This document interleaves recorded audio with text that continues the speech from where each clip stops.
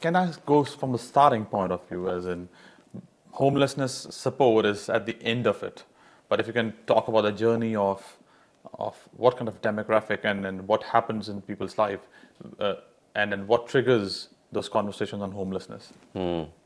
You've made a really good point there, because homelessness is actually the consequence of many other factors.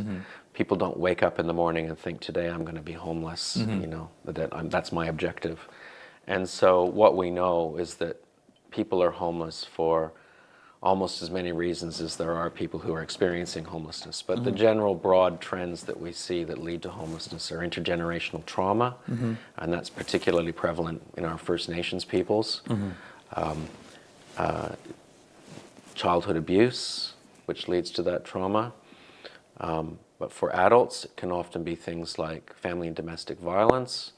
It can be losing your job and not having the right safety nets in place, and meaning that you suddenly can't afford to pay your mortgage or pay your rent.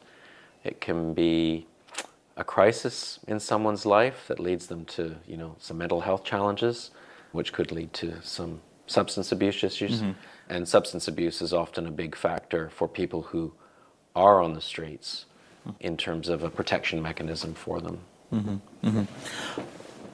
Can you also paint a broader picture in terms of the sector, how it looks like in Western Australia? How many people are seeking homes, or what's the definition of homelessness, and how do you define somebody who's homeless? And then, what's the numbers look like for the state of WA? So when we speak of homelessness, often the first image that comes to mind is people sleeping rough on the streets. And of course, there's a much greater visibility of that these days, certainly in Perth, but also in some of our regional centres in Western Australia. But homelessness encompasses much more than that. It's really for anybody who doesn't have a stable, secure housing. You can consider them homeless at one level. So we get people who are couch surfing, people who are living in temporary accommodation, people who are living in their cars, people who camped out somewhere. So not all people who are homeless are necessarily visible. At any one point in time in Western Australia, there's probably between 9,000 and 10,000 people who are homeless.